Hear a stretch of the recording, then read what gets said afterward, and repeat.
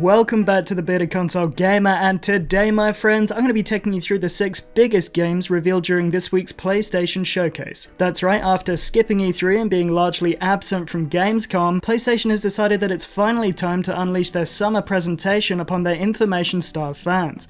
And let's face it, it was pretty great. We got thrills, we got chills, we got things we were not expecting to see, and we got Deathloop. Because of course we did. So without any further ado, here are the 6 biggest games shown during this week's PlayStation Showcase. Starting with the reveal of Marvel's Spider-Man 2, the sequel to Insomniac's 2018 smash hit Spidey game that set the bar for pretty much every single superhero title to come. And it looks like this time around, Spidey and Miles are going to be tangling with at least one fan favorite antagonist in the form of the symbiote Venom and his human host, which together form this hulking monstrosity.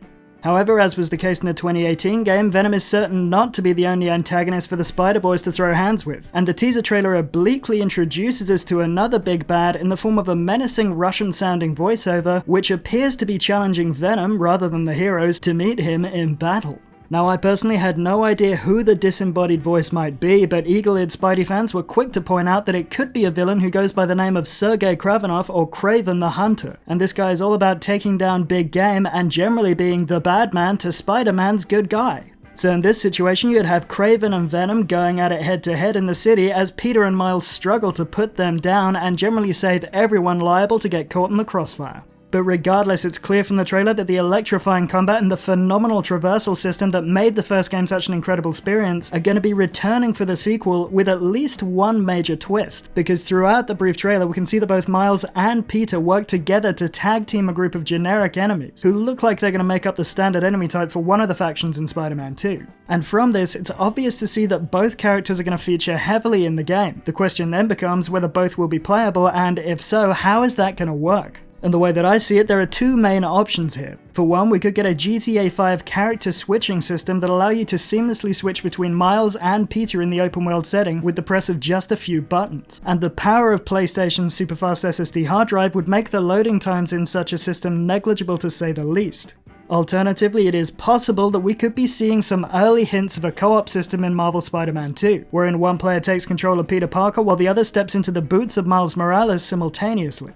Unfortunately, we're likely to be waiting some time for an answer to these questions, as Spider-Man 2 isn't set to release until 2023 at the earliest, so we're a ways away from seeing or hearing anything about gameplay mechanics from an official source. Number 2 on our list just had to be the official reveal of the Star Wars Knights of the Old Republic remake. Now, this is something that fans have been lathering themselves up for a while now, thanks to a sea of rumors that have been swirling around the IP in recent years. And those rumors came to a head in January this year when Star Wars insider Bespin Bulletin leaked that he had heard that there was a Knights of the Old Republic project in development at a non-EA owned studio. And a little later on in April, Jason Schreier confirmed that the project was indeed real and was in fact a complete remake of the classic game rather than a new game set in the same timeline. But let's face it, those were all just leaks, and no matter how good they sound and how reliable the sources generally are, there's always that chance that they're going to turn out to be little more than smoke and mirrors. And because of that, fans wanted something real, something tangible to prove that the thing that they've been lusting over for so long was actually a reality and not just a fever dream. And they obliged us to the tune of a cinematic reveal trailer, a full PlayStation blog post, and a little fireside chat with developers Aspyr, who are working with Sony Interactive Entertainment and Lucasfilm Games to completely remake the old classic for the PS5. According to the devs, the remake is going to honour the integrity of the story and the character of the 2003 original game, which was set a full 4,000 years before the events of A New Hope, and focused on events surrounding the fresh conflicts between the ancient Sith and the Galactic Republic. So it sounds like we can look forward to a fairly faithful recreation of the Knights of the Old Republic game that fans came to know and love, albeit with the graphical and gameplay upgrades that come with the updated and more powerful PS5 console. And as an added bonus for the OG fans, some of the voice actors from the 2003 version of the game are going to reprise their roles for the remake.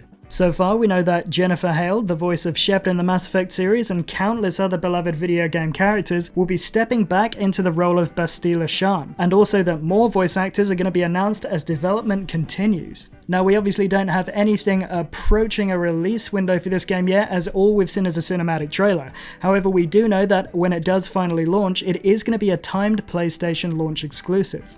Next up on our list is the surprise reveal of Marvel's Wolverine, a brand new Marvel game that's said to be developed by the hardest working studio in history, Insomniac. Now, we have very little to go on here because it's basically just a tiny teaser trailer, but it's safe to say that this is going to be a completely different experience from the light-hearted Spider-Man franchise.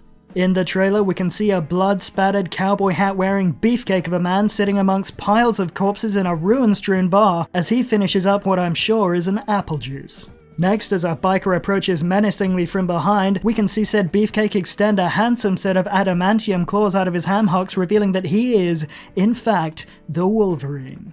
Thin.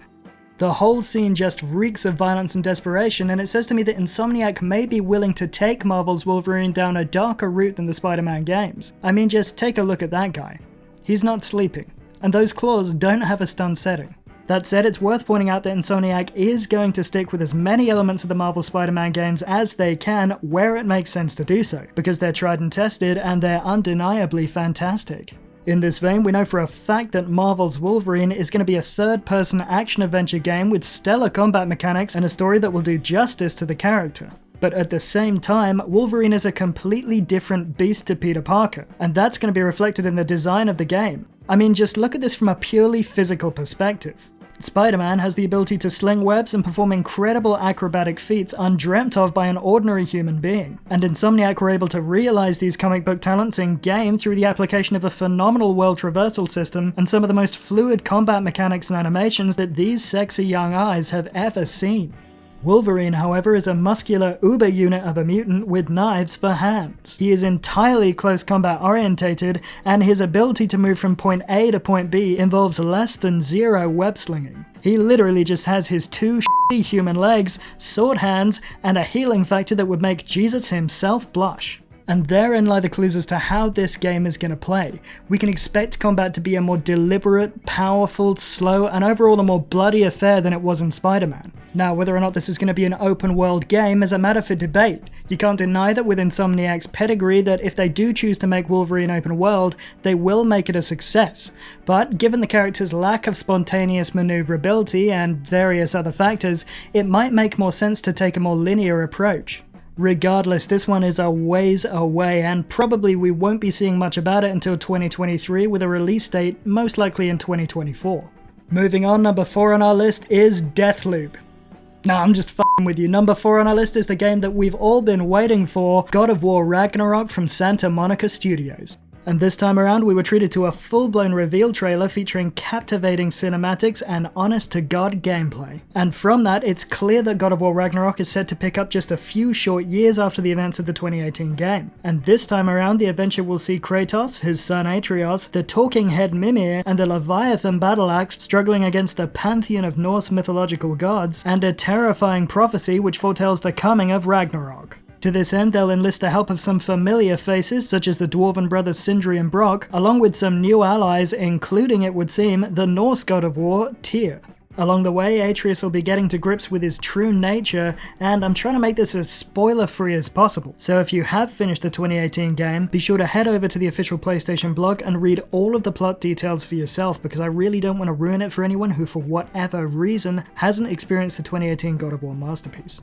But what I can say is that this time around, Kratos is going to be visiting all 9 of the realms of Norse mythology, so we can expect an even more diverse set of locations than we've ever seen in any other entry into the series. So what we know about the story sounds phenomenal, and we can see in the trailer that combat is once again going to be exquisitely weighty and dynamic, featuring both the Leviathan axe along with the Blades of Chaos and the Guardian Shield. By the way, Santa Monica also released a set of character portraits for Ragnarok, which revealed that Odin, the father of the Norse gods, will be voiced by none other than Richard Schiff, the very same actor who played Toby Ziegler from The West Wing, which is the greatest TV drama of all time. They also reiterated that all of the major characters would be reprising their voice acting roles in the sequel, and revealed to the world for the very first time that Thor is a magnificent man-baby of a god who I am very, very proud of. The only problem with this is that we still haven't been given a release date. And in the PlayStation blog, Grace Orlady, the senior community manager at Santa Monica, stated that, and I quote, "They can't wait to show you more as we get closer to release." That suggests to me that there's going to be at least one more PlayStation event before Ragnarok releases. And since Sony isn't going to want to release it in the same window as Horizon Forbidden West, which comes out in February, we're probably looking at a Q3 or Q4 release period. Coming in at number 5, we had the gameplay reveal for Gran Turismo 7, along with the news that the release date for the game is now set for March the 4th, 2022 on both the PS4 and PS5 systems. Gran Turismo is of course one of the most storied franchises in PlayStation history, with the first game appearing on the original PlayStation all the way back in 1997. Since then, Sony's premier racing series has only got better and, let's face it, prettier, and so it's great to have a solid release date in the books for the next game. This latest iteration of the series will see the return of the GT campaign mode, along with the introduction of an improved livery editor and a photo mode known as Scapes. And of course, that's just a few examples of the many features that are going to be coming to the newest iteration of the game. And if you want a full list of them, head on over to the PlayStation blog and the PlayStation YouTube channel to check out the gameplay trailer for yourself. Finally, at number 6 on our list, we have the news that Uncharted 4 and Uncharted Lost Legacy are being remastered for PS5 and will also be coming to PC in early 2022. Now this is huge news for people like me who haven't played the later entries into the series. In fact, I'm currently working my way through the remaster of Drake's Fortune, and the idea that I'm going to get to finish off that journey with a PS5 optimized graphically stunning Lost Legacy collection gives me a warm fuzzy feeling in my tummy that just won't go away. And that brings us to the end of the list, but of course those were just my personal highlights from the PlayStation Showcase. There are also plenty of other honorable mentions, including Project Eve, Ghostwire Tokyo, Forspoken, and the Grand Theft Auto 5 Remaster,